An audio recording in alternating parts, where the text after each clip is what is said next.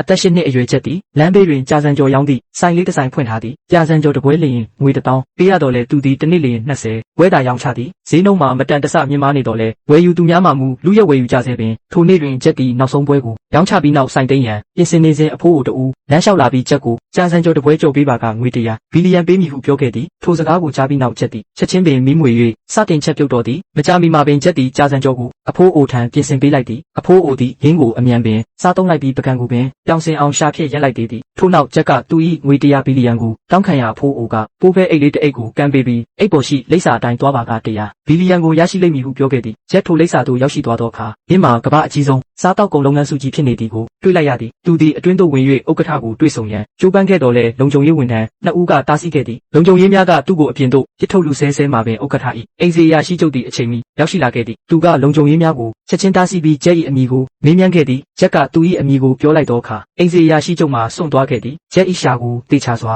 စစ်ဆေးပြီးနောက်တွင်မူချက်သည်ရှားပါလာသောအရသာခံအာယုံပါရမီရှင်တဦးဖြစ်ကြောင်းအတည်ပြုနိုင်ခဲ့ပြီးဥက္ကဋ္ဌ၏အိမ်သို့ချက်ချင်းခေါ်ဆောင်သွားခဲ့သည်အမှန်စင်စစ်ချက်သည်လွန်ခဲ့သော8နှစ်ကပျောက်ဆုံးသွားခဲ့သောဥက္ကဋ္ဌ၏ရင်သွေးအရင်ချဖြစ်နေသည်ထိုစဉ်ကကုမ္ပဏီတွင်မတော်တဆမှုတစ်ခုဖြစ်ပွားခဲ့ပြီးချက်သည်သူ၏ဖခင်နှင့်ကွဲကွာသွားခဲ့ရခြင်းဖြစ်သည်သူ့ကိုထိတ်တန်းအချက်အပြုတ်ပညာရှင်ကြီးတဦးကကယ်ဆယ်ခဲ့ပြီးပြင်းဤတဦးတည်းသောတပည့်ဖြစ်လာခဲ့သည်ဥက္ကဋ္ဌကြီးသည်လည်းသူ့ကိုရှာဖွေခြင်းအားတခါမျှမရက်နာခဲ့ပေချက်ဤထူးခြားဆန်းပြလာသောအရသာခံနိုင်စွမ်းကိုမြင်တွေ့ရသောအခါဥက္ကဋ္ဌကြီးမှာအလွန်ပင်စိတ်လှုပ်ရှားသွားခဲ့သည်သူသည်ပြင်းထန်စွာဖျားနာနေပြီးတက်တန်းတိတ်မကြံသောအကြောင်းချက်ကိုပြောပြခဲ့သည်ချက်အနေဖြင့်ကုမ္ပဏီနှင့်ဒေါ်လာဘီလီယံရာချီသောအမွေနှင့်များကိုဆက်ခံရန်သူမျှော်လင့်တော်လဲစီကံချက်တစ်ခုရှိနေသည်ရင်းမှာချက်အနေဖြင့်အစားတောက်ပြန်ပွဲတွင်ချန်ပီယံဆုကိုစုခူရမည်ဟု၍ဖြစ်သည်စကားအားလုံးပြောပြီးနောက်တွင်မူဥက္ကဋ္ဌကြီးသည်ကွယ်လွန်သွားခဲ့သည်၃ရက်အကြာဇာပနအခမ်းအနားတွင်အိမ်စီအရာရှိချုပ်ကရှယ်ယာရှင်များကိုချက်နှင့်မိတ်ဆက်ပေးသောအခါရှယ်ယာရှင်များသည်ချက်မှာကလေးငယ်တဦးမျှသာဖြစ်သည်ကိုမြင်တွေ့ရသဖြင့်သူဥက္ကဋ္ဌဖြစ်လာမည်ရေးကိုအားလုံးကဝိုင်းဝန်းကန့်ကွက်ကြသည်သူတို့ကိုယုံကြည်လာစေရန်အတွက်ချက်သည်သူတို့၏ဟင်းလျာများကိုတပွဲချင်းစီတုံးတက်ပြပြီးအားနည်းချက်အားလုံးကိုထောက်ပြခဲ့သည်သို့တော်လည်းသူတို့ကလက်မခံကြသေးပဲ